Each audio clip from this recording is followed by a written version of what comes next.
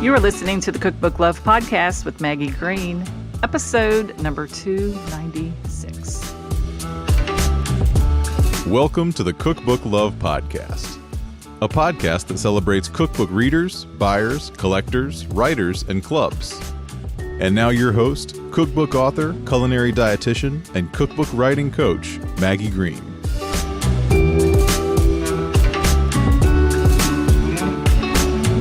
Hi, everybody. Welcome back to another episode of the Cookbook Love Podcast. How's everybody doing today?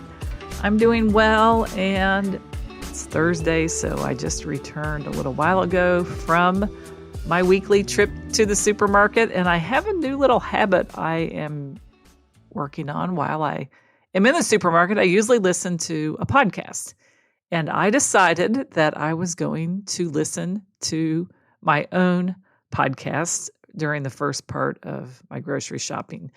And this is a little weird for me, but one of the things that has helped me to do is to connect today and the podcast that came out today to what I'm going to talk about for the podcast next week. And as you know, I've been working on a series here recently promoting a masterclass that I'm teaching actually next week. By the time you listen to this podcast, the masterclass will have been yesterday. But anyway, what I'm trying to say is that it has been good for me in terms of continuity, and I hope also good for you. I've been talking to you a lot recently about doubts we have about publishing, what it takes to persevere in a cookbook publishing project. And today I'm going to talk to you about myths about cookbook publishing. But I do want you to know that if you missed the masterclass yesterday, you can still get access to that. I'm excited also to say that until Monday, May the 13th at midnight Eastern Time, the doors are opened for Get Paid to Get Published. Get Paid to Get Published is my flagship group coaching program for food and nutrition experts where I help them get paid to write a cookbook without spending their own money to get published. This program is amazing. I have had this program since 2021, and I've had so much fun over the past 3 years helping food and nutrition experts not only build their platform, but create a unique concept, write a cookbook proposal, and pitch it to their dream agent or publisher. And as a result of this, they get representation from agents or find traditional publishers to publish their book. So if you missed the class and you'd like to learn more about the program, I'd love to have you join me. You can head on over to www.cookbookwritersacademy.com/free, and you're going to receive a replay of the class, and you can learn more about the Get Paid to Get Published program. And again, just as a reminder, the program enrollment closes on Monday, May 13th. I do have a super special bonus available for anyone who enrolls in the class, and it would be my honor to work with you. I am confident that I can help you find an agent or a publisher for your cookbook project, and I can help you truly believe that you are the perfect person to write the book that you are supposed to write. So today I want to talk about 3 myths about traditional cookbook publishing. And when I talk about traditional cookbook publishing, I mean the type of publishing where, as the cookbook writer, we write the book and a publisher publishes it for us. And a publisher is not just one person. It's a business or a company or a team of people that put the book together. They take our cookbook manuscript, which is all the words for the book, and they turn it into a beautiful book. They edit the book, design it, we copy edit the book, we proofread it, we have it printed, and then the book is distributed all over the place in places where books are not only sold but found, including public libraries. And I had a conversation just yesterday with someone who's going to be coming up on the show in June talking about book design, and we were talking about the importance of libraries for the circulation of cookbooks. And just as a reminder that publishers and traditional publishers get our books distributed in a lot of amazing places. So excited about that interview coming up. I actually have 4 interviews in the queue for the whole month of June that I think you're really going to enjoy. So be sure to tune in for all of those, including the one that's coming up about book design. Okay, so let's go through the 3 myths about traditional cookbook publishing. And I'm going to talk about these myths from my perspective as a cookbook writer. Before I wrote my first cookbook, the things that I believe to be true about traditional publishing. And then also, this is supported with the things that a lot of my students believe to be true about traditional publishing before they actually get their cookbook published or before they find an agent or a publisher. So, myth number 1 is that cookbook publishers and cookbook publishing, traditional cookbook publishing, is not for me. It's for other people. And this myth requires us to get out of the comparison trap with other people. I've heard it called the compare and despair cycle, but when we compare ourselves to other people and we think we're lacking something, it does not lead to a good feeling. We start to despair and think that we don't have what it takes for being traditionally published. And the truth of the matter is that traditional publishing, if you're a food and nutrition expert, it is for you. Cookbook publishers are looking for food and nutrition experts to write unique books about unique topics. So cookbook publishing and writing cookbooks is for you. And the secret to getting out of this compare and despair cycle is to connect with the person that we are, the unique cook or baker or dietitian or business owner that we are.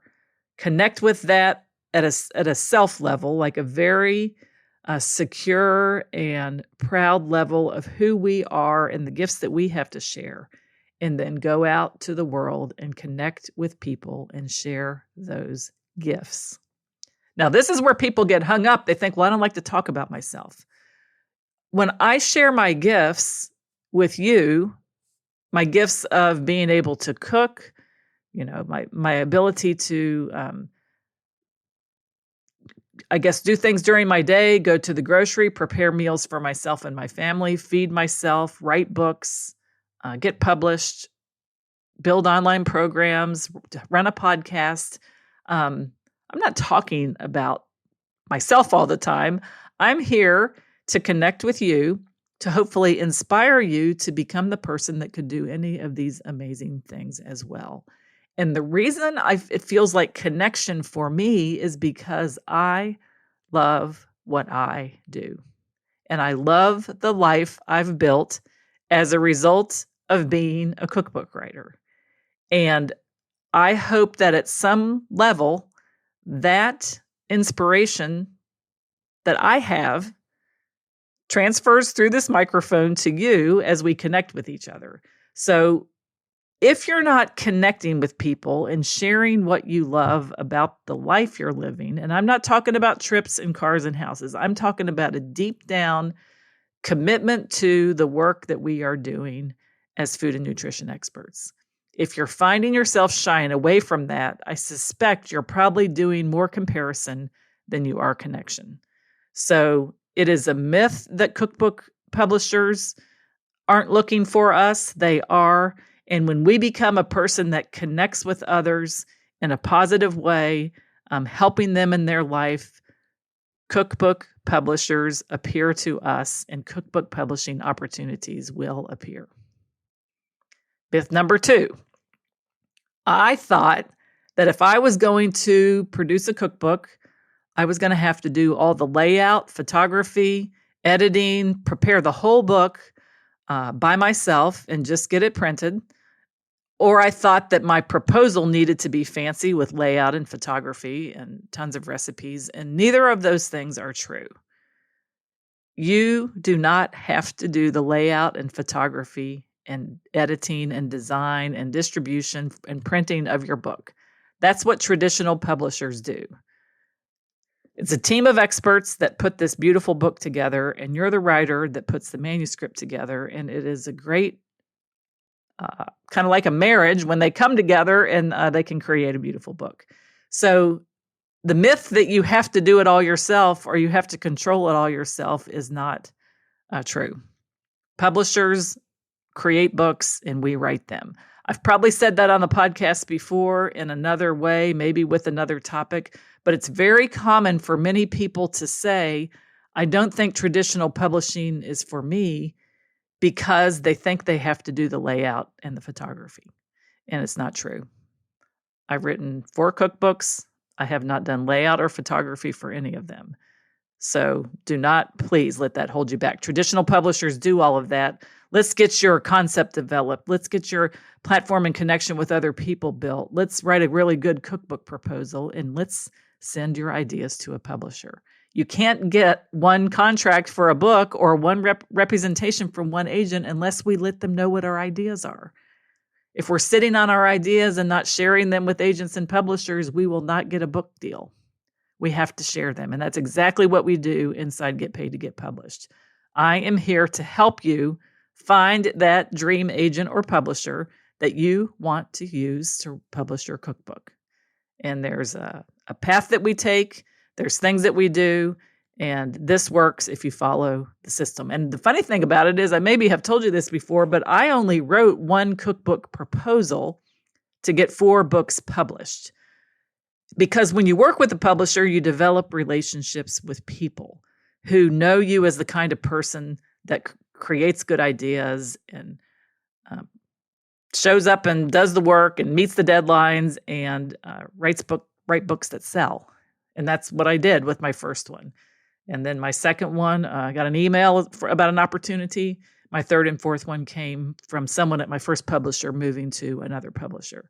And she reached out to me to see if I had any ideas. So I did have to create concepts for 3 of the books, but I didn't have to write full proposals. So it's possible if you want to write multiple cookbooks, you only have to write 1 cookbook proposal. Okay, and myth number 3, publishers will reject me or they won't like my concept. And it's hard to get the publisher to pay attention or to say yes. I promise you, a publisher will pay attention to a cookbook writer that stands in the truth of who they are and knows they have something of value to share and is excited to share it with the publisher. I promise you, if you can show up in that way, they will pay attention.